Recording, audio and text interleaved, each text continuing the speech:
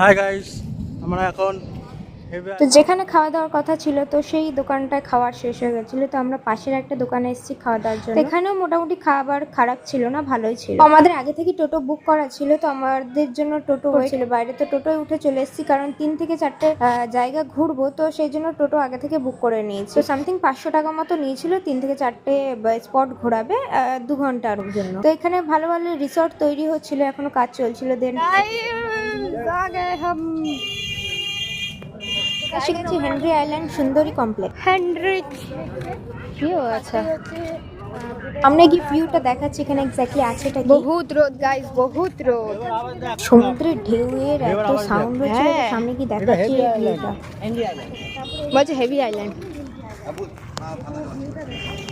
Guys, শুধু একটা ভিউটা কাঠের ব্রিজও ছিল, আর তার আগেই একটা সুন্দর রাস্তা পড়ে, দুই দিকে গাছ, খুব সুন্দর। চলো আগে হাই দেখো। গাইস, আমরা এখন হেভি আইল্যান্ডে চলে এসেছি।